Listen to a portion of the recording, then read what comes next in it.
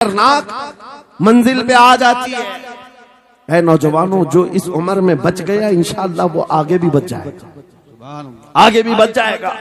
22 साल का खड़ियल जवान है जिसके सामने उसके दो भाइयों को खोलते हुए तेल में डाला गया। उसकी कैफियत क्या होना चाहिए? अब पूछा गया तुम्हारा क्या इरादा है? कहा इस तरह तुम 100 बार भी तेल में डालोगे तो मैं यही कहूंगा मेरा रसूल मोहम्मद सुभान अल्लाह सल्लल्लाहु अलैहि वसल्लम, हमारे आका मोहम्मद सल्लल्लाहु अलैहि वसल्लम है, मैं यही कहूंगा। बादशाह इतने गुस्से में था, कहा कि इसको चीर दो, इसको काट दो। वजीर था बादशाह का चालाक, उसने कहा इसको कत्ल कर देने मार देने से कुछ होगा नहीं, मुझे 1 महीने का टाइम दे, इसको चेंज करके लेके आऊंगा, अगर नहीं लाया तो मेरी जिंदगी दांव पे लग जाए।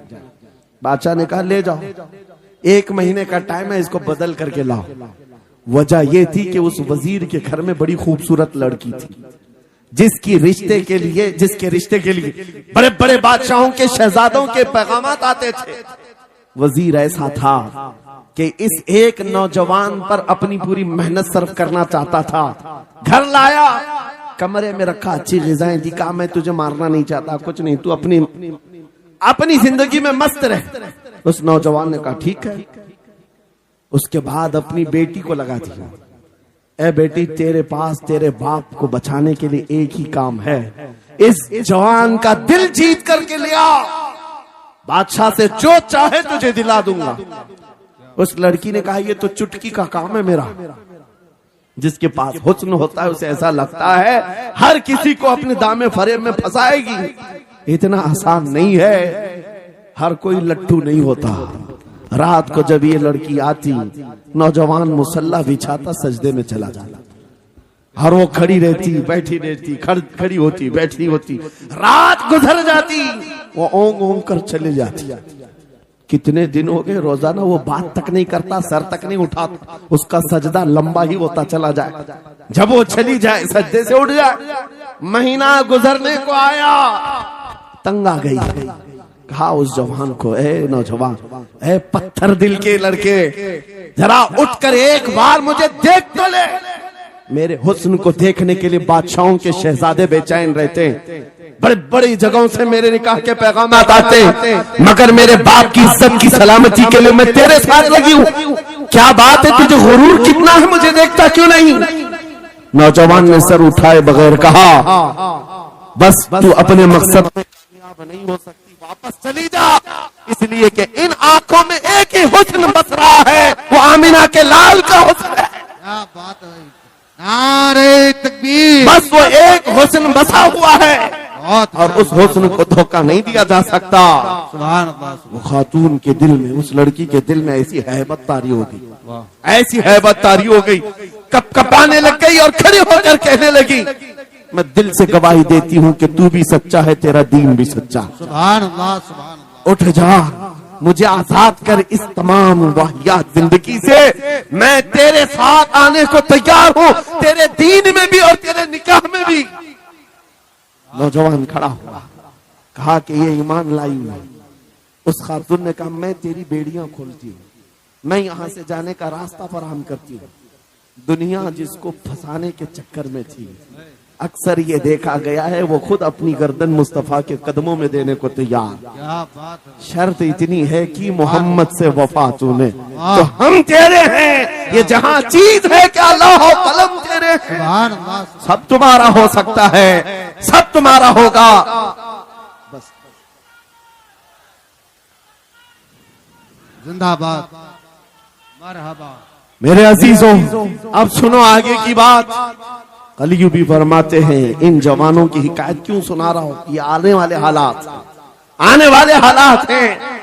कहते हैं रात की तन्हाई में उस खातून ने उस नौजवान की बेड़ियां खोल दी, हुजरे का दरवाजा खोल दिया और उसको लेकर के निकल गई। कहा रास्ता मैं बताती हूँ, सल्तनत की सरहदें मैं उबूर कराती हूँ, फिर तेरी मर्जी, अगर मुझे साथ रखना है तो ले चल अपने दयार में, या फिर छोड़ना है तो छोड़ दे। उस नौजवान ने कहा कि ठीक है साथ चलो। रात के वक्त ये दोनों तन्हा साथ चल रहे थे। ये भागे हुए लोग नहीं है, ये ईमान पर इस्तिकामत वाले लोग, सुभान ये हुस्न पर फिदा होने वाले लोग नहीं। रात के वक्त जब चल रहे थे, आधी रात गुजरी हुई थी, अचानक घोड़ों के दौड़ने की आवाज आई। बहुत अहम बात कर रहा हूं। घोड़ों के टाप की आवाजें आने लग गई। अब ये दोनों डर करके एक दरख्त के पीछे छुप गए। उन्हें लगा बादशाह को खबर हो गई, बादशाह ने हमें पकड़वाने के लिए पूरी फौज भेज दी है। वजीर को भी पता चल गया होगा। ये डरे सहमे हुए दरख्त के पीछे छुपे हुए थे कि अब क्या होगा इसके बाद। घोड़ों के दौड़ने की आवाज कम होती गई, कम होती गई, और इनके दरख्त के आगे आकर सारे घोड़ों की आवाज रुक गई। सब रुक गए और ये दरख्त के बाहर सर नहीं निकाल रहे थे। बाहर आई हुई जमात ने इनका नाम लेकर पुकारा, फला बिन फला बाहर आ जाओ। ये नौजवान कहता है, जब मैं बाहर आकर देखा ये बादशाह की फौज नहीं थी, इसके दोनों शहीद भाई पूरी जमात के साथ घोड़ों पर सवार हैं। सुभान अल्लाह। जिनको बादशाह ने खोलते हुए तेल में डाला था, वो घोड़ों पर सवार आ रहे हैं। नौजवान देख करके हक्का बक्का रह गया। पूछा, भाईजान आप कैसे आए, आप कैसे आए? उन दोनों भाइयों ने कहा, ऐ हमारे नन्हे भाई, क्या तुझे पता नहीं अल्लाह ने फरमाया, वला तक़ूलू लिमन युक़तलु फी सबीलिल्लाहि अमवात बल अहयाउ वलाकिन ला तशऊरून। जो अल्लाह की राह में मारे जाएं उन्हें मुर्दा मत कहो, वो जिंदा है, तुम्हें उसका शऊर नहीं। ये सिर्फ तू हमें देख रहा है, पहचान रहा है। तुझे पता है ये जो जमात हमारे साथ आई है आम लोगों की नहीं, ये बदर खंदक के सहाबा की जमात है। सुभान अल्लाह, सुभान अल्लाह। बहुत अच्छा यार, मरहबा। अल्लाह। बात सिर्फ इतनी है, बात सिर्फ इतनी है, अगर तुम अल्लाह के सच्चे बंदे बन जाओ, हुजूर के वफादार बन जाओ, पूरी दुनिया तुम्हारे लिए घुमा दी जाए, हालात तुम्हारे लिए बदल दिए जाएंगे। थोड़े दिनों की बात है, इसीलिए इकबाल ने कहा था, सच्ची बात है नौजवानों, मेरा पैगाम ये है, अगर सुनना है तो सिर्फ इतना है, कुफ्र दम तोड़ देगा टूटी हुई शमशीर के साथ, कुफ्र दम तोड़ देगा टूटी हुई शमशीर के साथ। घर तुम निकल आ जाओ एक बार नारे तकबीर के साथ। नारे तकबीर, नारे रिसालत, नारे गौसियत, लब्बैक या रसूल अल्लाह, लब्बैक या रसूल अल्लाह, नारे तकबीर। अब बात ये सुनकर के चलो, दो मिसालें मैंने तुम्हारे सामने रखी, एक सैयदना खालिद बिन वलीद की, एक ये तीन नौजवान भाइयों की। दोनों जगह पर भी मैंने आपके सामने रखा, दुनिया ने किस जरिए से हमें खरीदने की कोशिश की।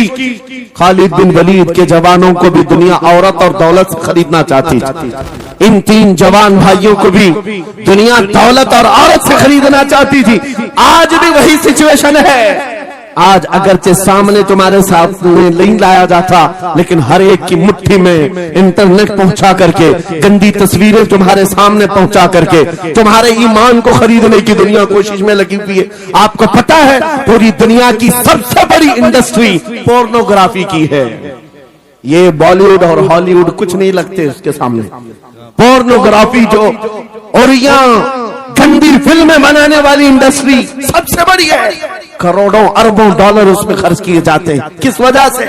तुम्हारी आंखों की हया खत्म हो जाए, तुम्हारे ईमान का कत्ल हो जाए। आज नौजवान ये समझता है मेरी मुट्ठी में मोबाइल है, मुझे कौन देख रहा है।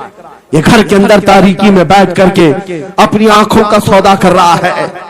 इन उरिया तस्वीरों को तुम अपनी उंगलियों के पोर से हिला हिला करके देख रहे हो। एक बात याद रखना, हो सकता है तुम्हारी माँ से पोशीदा है, तुम्हारे बाप से छुपी हुई हरकत है, तुम्हारे भाई और दोस्तों से छुपी हुई हरकत है। कुरान कहता है यअलमु खाइनतल अयुनि व मा तुख्फी सुदूर, वो अल्लाह है जो तुम्हारी आंखों की खयानत को देख रहा है, तुम्हारे दिलों में छुपे हुए हालात को भी वो जानता है। इसलिए याद रखना, आज हमारी की हुई हरकतों के लिए मेरा मौला फरमाता है फमन यअमल मिस्काल ज़र्रतिन खैरन यरा व मन यअमल मिस्काल ज़र्रतिन शर्रन यरा। जो एक राई के दाने के बराबर भी नेकी करेगा, कयामत के दिन वो भी दिखाया जाएगा, और एक राई के दाने के बराबर बुराई करेगा वो भी दिखाया जाएगा। माने हकीम ने अपने बेटे को यह नसीहत की थी, या बुनैया इन्नहा इन तकुम मिस्काल हब्बतिन मिन खरदल फतकुन फी सखरतिन औ फिस समावात औ फिल अर्द याति बिहा अल्लाह।